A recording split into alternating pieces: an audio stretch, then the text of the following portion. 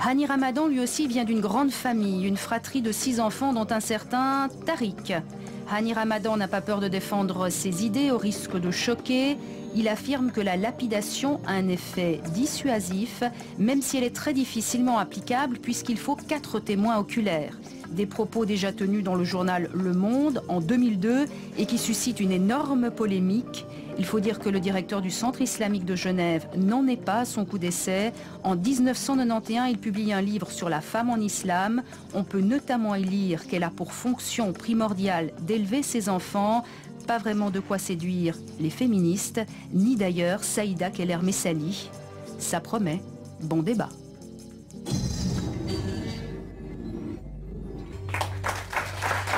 Mesdames, Messieurs, bonsoir. Bonsoir et bienvenue à Infrarouge. Comment peut-on encore lapider une femme au XXIe siècle? C'est la question que nous allons poser ce soir avec l'affaire Sakineh, cette Iranienne condamnée à la lapidation pour adultère, ce qui a suscité l'indignation dans le monde entier. Mais cette mobilisation internationale n'est-elle pas à double tranchant? Ne risque-t-elle pas d'envenimer encore plus nos relations avec les pays musulmans? Alors, Hani Ramadan, vous, une chose est sûre. Bonsoir tout d'abord. Bonsoir. Vous êtes le directeur du Centre islamique de Genève. Vous, aucune chance que vous n'ayez signé cette pétition, puisque vous défendez la lapidation. Vous l'avez fait en 2002 dans une tribune libre dans Le Monde. Aujourd'hui, vous réitérez ces propos. On va y venir. Mais tout d'abord, je voudrais vous faire réagir aux propos de Marek Alter et de Saïda Keller-Messali par rapport à cette image atroce de ce qu'est une lapidation. Écoutez, je pense que nous avons tous ce soir le souci de venir en aide à Sakineh et de lui éviter cette mort absolument terrible qu'est la lapidation. Et donc, je pense qu'il se trouve dans la loi islamique suffisamment de dispositifs pour nous rappeler qu'il s'agit d'une mesure avant tout dissuasive, difficilement applicable, voire quasi impossible à appliquer en réalité. Et je peux le montrer en revenant aux sources, peut-être qu'on va y revenir. Monsieur Alter, oui, c'est clair. Ça vous met en colère quand même de savoir que des femmes sont lapidées? C'est-à-dire que ce que je peux remarquer, c'est que, bien entendu, pour moi, c'est une mesure qui relève de la dissuasion. Manon Chic, porte-parole d'Amnesty International, quand on parle de cas de lapidation, c'est quoi? Je pense que ce qu'il faut rappeler, c'est que la lapidation, c'est finalement la forme de torture la plus horrible qui existe. C'est-à-dire que c'est une torture qui conduit à la mort. Et en fait, cette torture ne vise effectivement qu'à faire souffrir la personne qui est de toute façon déjà condamnée à être exécutée. Et d'ailleurs, le code pénal iranien le dit bien, hein, il précise la taille des pierres qui doivent être utilisées, donc des pierres pas trop petites, elles doivent pouvoir être appelées pierres, et des pierres pas trop grandes, parce que si elles étaient trop grandes, elles conduiraient directement à la mort. Et donc les personnes exécutées par lapidation mettent parfois 20 minutes avant de mourir, et parfois, comme le disait Marek Alter, on enlève le sac et la personne est encore vivante, et donc on la réenterre, on les enterre, les femmes, jusqu'à peu près au niveau du cou. Donc c'est quelque chose d'absolument atroce. Hani Ramadan, oui, on a utilisé les mots bestial, barbarie. Peut-être juste alors pour comprendre votre position, est-ce que vous ne pouvez pas l'expliquer avec vos mots plutôt? Non, mais écoutez, si vous voulez comprendre ma position, il faut me laisser parler. Voilà. Ça, c'est la première règle. Ce que vous dites... Propos de Malek Shebel, voilà. C'est très intéressant parce Hani que Ramadan. Si je tiens les mêmes propos, le seul problème, c'est que j'essaie d'expliquer qu'on ne peut pas appliquer cette loi pratiquement. C'est pratiquement impossible. C'est une mesure dissuasive. Et je vais vous dire une chose. Je ne condamne pas la loi divine, madame. Quand j'ai affaire à la loi divine, je suis un musulman convaincu, j'essaie de comprendre. En ce qui concerne maintenant, moi je pense que c'est extrêmement maladroit de procéder de cette façon-là. Il faut plutôt interpeller les autorités iraniennes en les respectant, respectant une civilisation qui est brillante et des personnes qui ont un système qui est le leur. Il y a des droits humains et on peut entrer dans un dialogue constructif et aller jusqu'au bout de la loi. Ce que j'aimerais dire ce soir, fondamentalement, c'est que si l'on connaît la loi islamique et on va jusqu'au bout de la loi, les échappatoires sont là pour éviter la peine de mort. La place du pardon est importante en islam. J'en suis convaincu. Maintenant, par rapport, si vous le permettez, par rapport le rôle de la femme, le fait est que Sakineh est condamnée pour adultère. Est-ce qu'il y a une criminalisation de la sexualité, un tabou autour de la sexualité dans l'islam? Absolument pas. Vous savez qu'en islam, nous considérons, pas du tout, c'est-à-dire que nous avons une éthique, l'éthique juive, l'éthique chrétienne, l'éthique musulmane, quand on revient aux sources. Mais vous trouvez normal de condamner à mort pour adultère? Mais la question n'est pas là. La question, on va considérer la femme comme étant criminelle, mais pas du tout.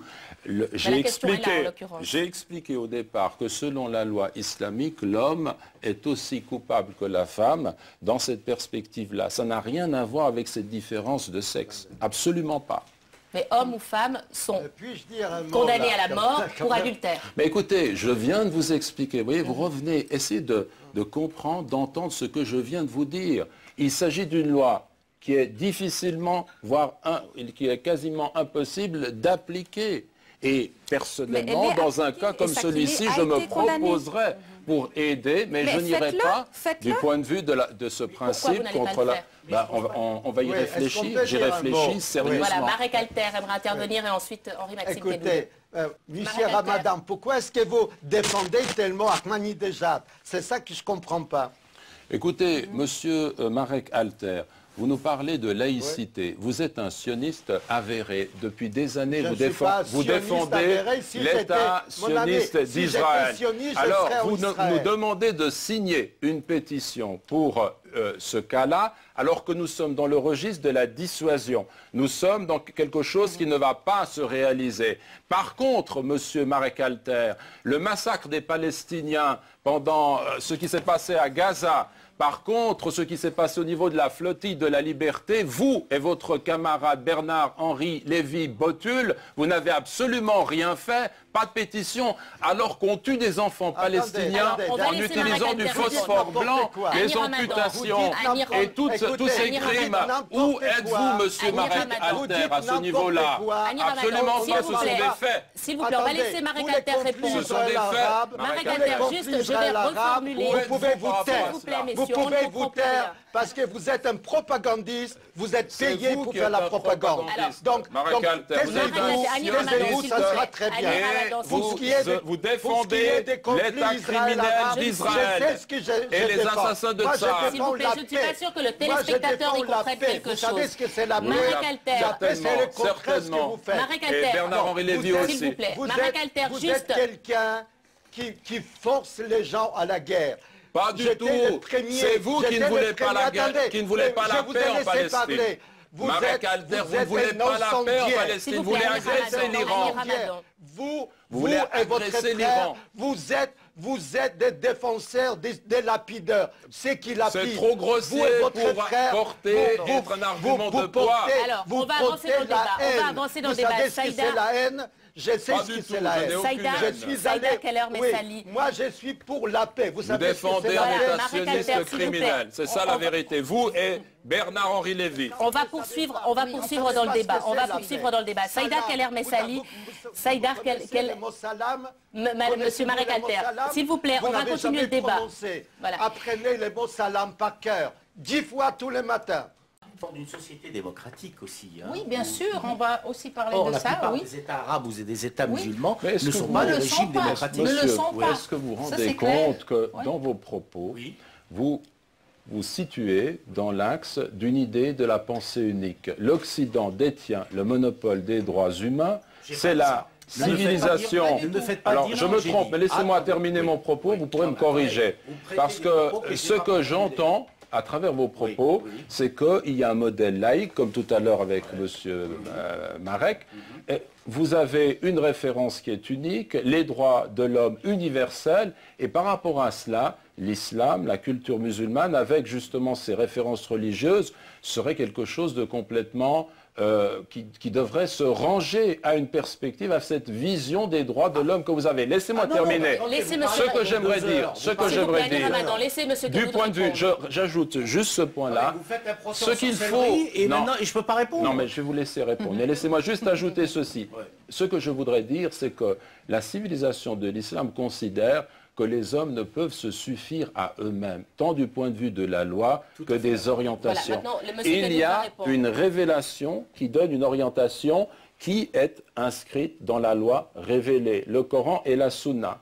Et l'homme pense dans ce cadre-là. Ça ne veut pas dire que l'usage légitime de la raison soit remis en cause, parce que l'islam ne connaît pas l'opposition entre la religion et la science, entre la foi et la raison, comme vous le savez. S'il vous plaît, non, Monsieur Ramadan, respectez les règles du débat. C'est à Monsieur Kedoud maintenant de s'exprimer. L'islam à travers le prisme de concept réducteur. Monsieur Ramadan, s'il vous plaît. À aucun moment je n'ai jugé l'islam. Si vous m'avez bien entendu, je n'ai pas parlé d'abroger là. Je vous laisse vous expliquer. Oui, je n'ai jamais parlé d'abroger.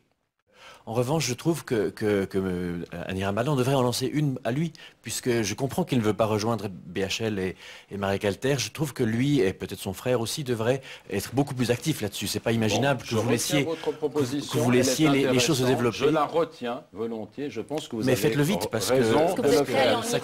Oui, j'y ai pensé effectivement. Je peux effectivement avoir ce genre de démarche, mais non pas pour abroger, mais simplement pour expliquer ce que dit la loi islamique dans sa dimension de miséricorde et de pardon. D'une part. D'autre part, ce que je peux vous dire, c'est que moi je suis quand même étonné. Nous sommes aujourd'hui en train de traiter d'un sujet, la lapidation. Alors que c'est un phénomène, aujourd'hui, le cas qui nous est présenté, il n'y a rien qui prouve que cela se fera. J'ai même la conviction intime. Cela se serait fait s'il n'y avait pas une mobilisation. Mais ce que je veux dire, c'est qu'il y a beaucoup d'émotions. Tout à l'heure, on n'a pas parlé. Et si ça ne se fait pas, c'est pas grâce à vous. Donc vous devriez vous engager un peu plus sur ce cas-là. Mais ce que je veux vous dire, d'accord, c'est qu'on a parlé du visage et d'un peuple. On a un visage, on a une image. C'est très touchant, c'est très poignant de voir qu'une femme pourrait être livrée à un tel sort. Et je le conçois parfaitement. Je suis touché par cela autant que vous. Mais vous savez, quand on bombarde une ville, actuellement en Afghanistan, les drones américains bombardent des civils. On a des rapports, vous le savez très très bien.